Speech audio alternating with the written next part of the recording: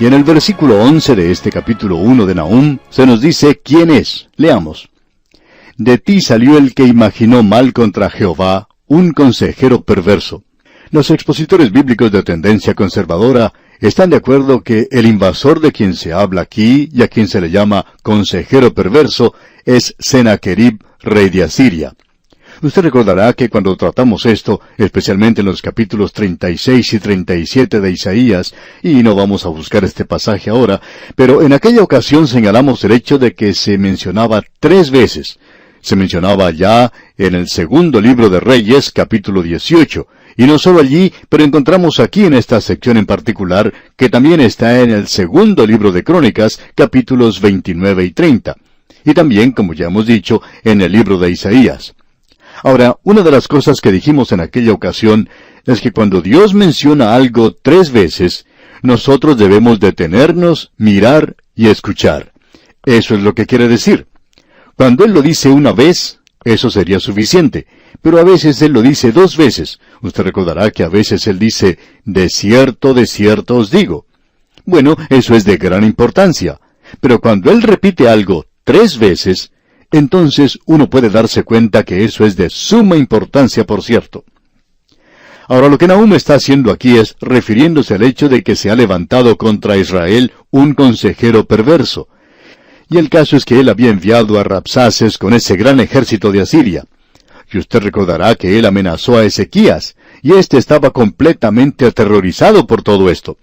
Pensamos que este hombre ni siquiera podía dormir durante el periodo en que estaba siendo amenazado. Pero él fue al templo y allí clamó a Dios, y el profeta Isaías le trajo el mensaje de que ese ejército ni siquiera iba a disparar una sola flecha contra la ciudad. Bueno, Rabsaces tuvo que retirarse porque en la campaña contra Egipto, Sennacherib necesitaba refuerzos. Pero entonces, Dios destruyó el ejército de los asirios, y eso es exactamente lo que ahora Nahum está diciendo que iba a suceder. Porque, amigo oyente, Asiria, durante el período de Nahum, tomó al reino del norte y lo llevó cautivo y trató con la gente en una manera bastante brutal. Notemos ahora lo que Dios dice aquí en el versículo 12. Este es un versículo muy notable, por cierto, y no queremos perder lo que se indica aquí. El versículo 12 del capítulo 1 de Nahum dice, Así ha dicho Jehová, aunque reposo tengan y sean tantos, aún así serán talados, y él pasará.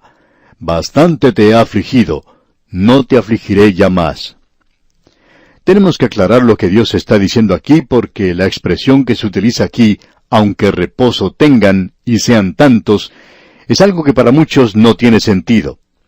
Es difícil comprender lo que está diciendo aquí el profeta.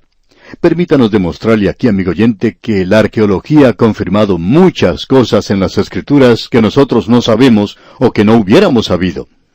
También esto revela la exactitud de la palabra de Dios. Para hacer esto, vamos a utilizar la información que se presenta en la Nueva Biblia Anotada de Scofield en el idioma inglés. Es una nueva Biblia que ha sido aceptada y que tiene además muy buenas indicaciones, especialmente para aclarar porciones que de otro modo serían muy difíciles de comprender. La explicación dice así, vamos a citar, en el contexto de la expresión, aunque reposo tengan y sean tantos, aunque es una traducción literal del idioma hebreo, no parece tener mucho sentido. Y estaríamos de acuerdo con eso. Lo que en hebreo se está haciendo aquí es presentar una transliteración, es decir, una traducción literal de una fórmula legal muy antigua de Asiria. En las excavaciones llevadas a cabo en las ruinas de la antigua Nínive, que había estado sepultada desde el año 612 a.C., se han descubierto miles de antiguas tabletas asirias, muchas de las cuales contenían esa fórmula legal. Usted se puede dar cuenta, amigo oyente, que Dios está haciendo algo aquí.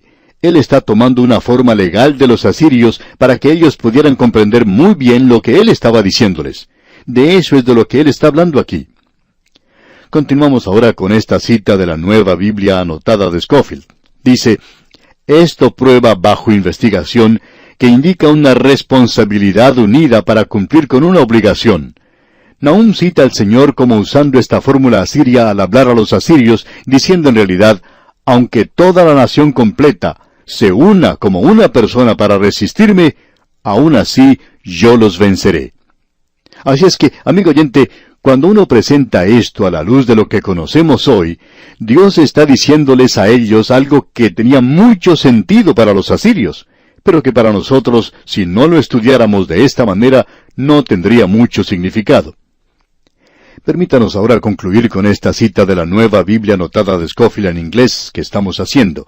Dice lo siguiente: ya que la palabra sería igualmente incomprensible para los escribas hebreos, el haber mantenido esta expresión aquí es una evidencia notable del cuidado que estos escribas tenían al copiar exactamente lo que ellos encontraban en el texto original, y testifica de la preservación providencial de Dios del texto bíblico.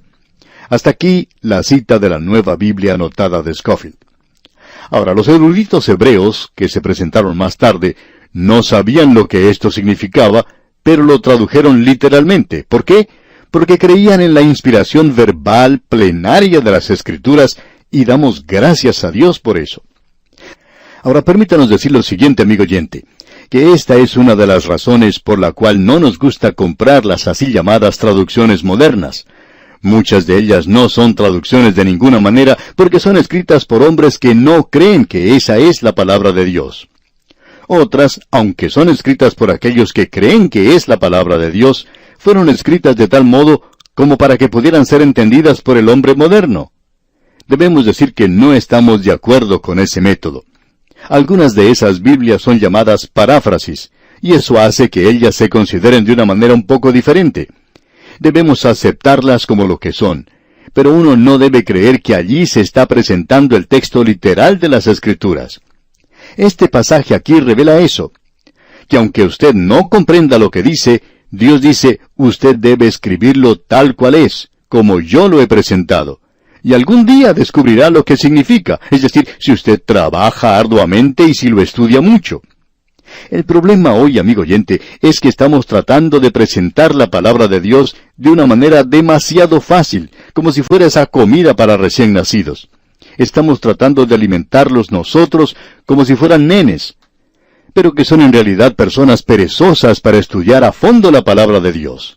Debemos señalar también que creemos que debería presentarse una verdadera reverencia por el texto de la Escritura. Ahora, no crea usted, amigo oyente, que somos adoradores de la Biblia, pero sí queremos indicar que debe haber una reverencia por el texto de la Escritura. Bueno, hemos dedicado algo de tiempo a esto, amigo oyente, porque aquí se nos presentó una expresión que no comprendíamos. Ahora, gracias a los descubrimientos arqueológicos, lo podemos hacer porque se ha llevado a cabo una gran tarea en esa gran ciudad antigua de Nínive. Si uno estudia estos descubrimientos junto con el libro de Jonás, puede aprender mucho de lo que sucedió entonces, ya que el libro de Jonás nos habla de ese gran avivamiento que tuvo esa ciudad 100 años antes que Dios presentara eso, o quizá hayan sido 150 años. Pero Dios dice ahora que ya no hay ninguna esperanza para esta gente. Así es que Él no envía a Nahum a ese lugar con el mensaje como lo hizo Jonás. Ahora usted puede notar lo que el versículo 13 de este capítulo 1 de Nahum nos dice. Porque ahora quebraré su yugo de sobre ti y romperé tus coyundas. Esto parecía algo imposible de suceder en el día cuando Nahum estaba escribiendo esto, porque la nación iba a continuar por mucho tiempo después de esto. Pero Dios dijo, ahora quebraré su yugo de sobre ti. Y eso no fue todo lo que Él dijo. El versículo 14 dice, mas acerca de ti mandará Jehová, que no quede ni memoria de tu nombre. De la casa de tu Dios destruiré escultura y estatua de fundición. Allí pondré tu sepulcro, porque fuiste vil. Lo que Dios está diciéndole a Nínive es algo bastante severo y fuerte. Dios dice que la va a sepultar.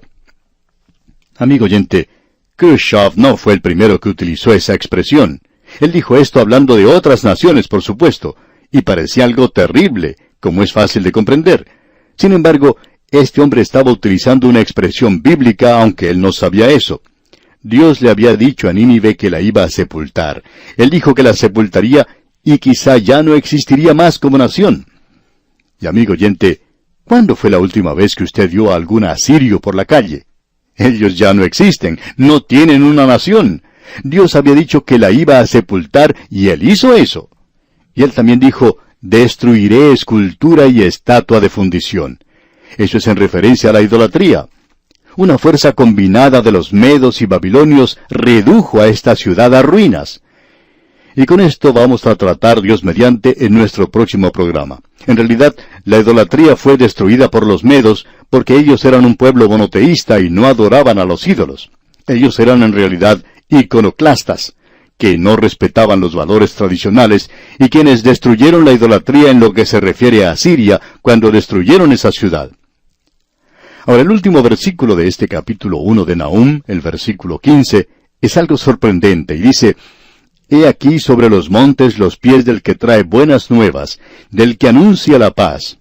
Celebra, oh Judá, tus fiestas, cumple tus votos, porque nunca más volverá a pasar por ti el malvado, pereció del todo. Dios está diciendo aquí a través de Nahum a esta gente: no me abandonen, no se alejen de la ley de Moisés, no abandonen la ley por la sencilla razón de que yo voy a destruir al enemigo y voy a enviar a ustedes al Mesías. Y él traerá nuevas de gran gozo. Eso es citado aquí por Nahum en referencia a Siria.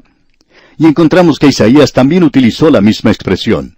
Usted puede ver esto en forma amplificada allá en el capítulo 52 de Isaías, versículo 7. Allí dice: cuán hermosos son sobre los montes los pies del que trae alegres nuevas, del que anuncia la paz, del que trae nuevas del bien, del que publica salvación, del que dice a Sión: tu Dios reina. Esto fue expresado en referencia a Babilonia. Dios dijo que Él iba a destruir a Babilonia y vemos que Isaías está escribiendo al reino del sur. Ahora Nahum está escribiendo al reino del norte, y él dice la misma cosa. Y luego notamos eso en lo que Pablo dice a los romanos. Él toma la primera cita, dada aparentemente, según creemos nosotros, por Nahum, quien fue el primero en explicar esto, y él se refería a Siria. Isaías se refería a Babilonia. Notemos lo que dice el apóstol Pablo en su epístola a los Romanos, capítulo 10, versículos 13 al 15. Dice Pablo: porque todo aquel que invocare el nombre del Señor será salvo. ¿Cómo pues invocarán a aquel en el cual no han creído? ¿Y cómo creerán en aquel de quien no han oído? ¿Y cómo oirán sin haber quien les predique? ¿Y cómo predicarán si no fueren enviados? Como está escrito: cuán hermosos son los pies de los que anuncian la paz, de los que anuncian buenas nuevas. Esto es citado por el libro de Isaías, y el apóstol Pablo está haciendo una aplicación diferente de lo que aquí se dice. Pero usted debe recordar que esa sección se refiere a Israel. Esta es la parte dispensacional de la epístola a los romanos, que Dios aún no ha terminado con la nación de Israel, y que para el futuro llegarán buenas nuevas de gran gozo. Ahora esto también tiene una aplicación mundial, tiene una aplicación para hoy, y eso es lo que el apóstol Pablo está haciendo, usándola en relación a esto. Aquí se habla de buenas nuevas, y ese es el mensaje que estamos presentando hoy. Es el mensaje que trae el Evangelio de Cristo, y este es un mensaje que debe ir hasta lo último de la tierra. En esto se da a entender el futuro para la nación de Israel. Es una forma maravillosa en la cual el Espíritu de Dios utiliza la Escritura. En nuestro próximo programa, Dios mediante, vamos a ver otra forma en que Nahum va a demostrarnos la manera en que el Espíritu de Dios debería ser usado. Usted podrá ver allí el mejor sistema que existe para la interpretación de la palabra de Dios. Es decir, que uno tiene un curso de hermenéutica cuando lee este pequeño libro de Nahum. Él le indicará a usted cómo interpretar la palabra de Dios, y aquí ya hemos tenido dos de esas cosas. Uno debe tomarla literalmente, ya sea que la entienda o que no la entienda. Siempre hay alguna explicación para ello. El problema, amigo oyente, no está en la palabra de Dios, sino que está en nosotros. Y luego podemos comprender que Dios hace una aplicación de las Escrituras a una nación en una ocasión, y luego a otra nación en otra oportunidad. Y ahora esto tiene una aplicación mundial. Vamos a detenernos aquí por hoy. Mientras tanto, amigo oyente, le recordamos leer el 2º capítulo de esta corta profecía de Nahum. De esta forma estará al tanto de lo que estudiaremos en nuestro próximo estudio. Es nuestra oración que Dios inunde su vida de las ricas bendiciones del cielo.